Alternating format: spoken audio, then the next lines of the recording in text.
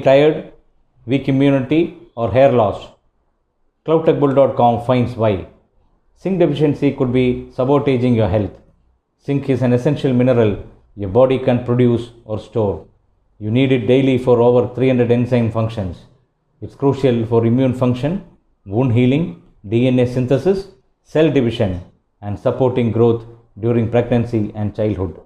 Warning signs include frequent infections, hair loss, diarrhea, delayed wound healing, loss of appetite, and taste abnormalities. Get zinc from oysters, red meat, poultry, beans, nuts, whole grains, and fortified cereals. Animal sources are better absorbed. Fix deficiency through diet or supplements. Adults needs 8 to 11 mg daily. Don't exceed 40 mg.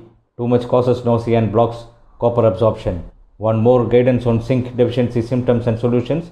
Visit cloudtechbull.com for more detailed health insights and expertise.